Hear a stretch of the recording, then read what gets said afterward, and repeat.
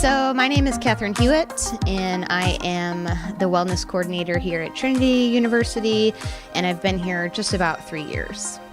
Essentially, this event is called PDC 360. It's a professional development sort of mini conference between several of the offices within the Division of Student Life. My particular presentation is called TU Well, which is looking at longitudinal health and wellness surveys that were distributed to students basically since the late 90s. In public health, you recognize, you kind of do like a needs assessment, which is essentially our survey, figure out where those problem areas lie, and then you develop your programs and your goals based upon those things. So that's why I'm focusing on mental health and sleep, alcohol, and tobacco, just because those have been some either recent issues or programs that we have been doing at Trinity for a long time, or we've sort of kind of amped up the programming since my position was created 3 years ago. Other times, if students have pretty significant issues with anxiety, depression, those sort of things, then I might be able to connect them to a counselor. But a lot of times, my role is to get students aware of issues that are happening, or get them to help me plan a program that would be interesting to students about those issues.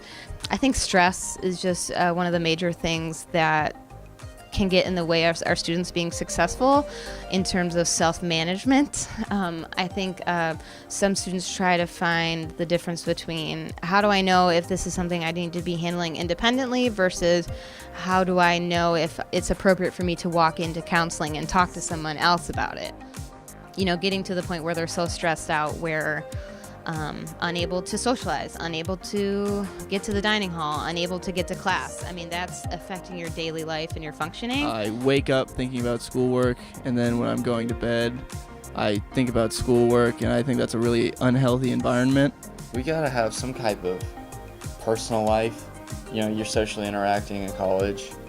You're constantly forced to socially interact on a small campus. All those things are really stressful, and I'm a young adult. This is when you're figuring out who you are, so there's a lot of also emotional stressors.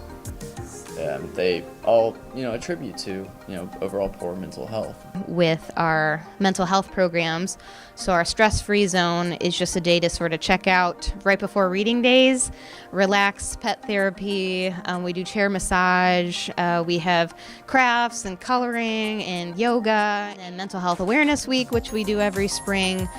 Typically there's a program that involves our counselors, so let's sit down, let's again raise awareness about mental health. How can we kind of reduce the stigma of students coming to see a counselor or seeking off-campus help, for example.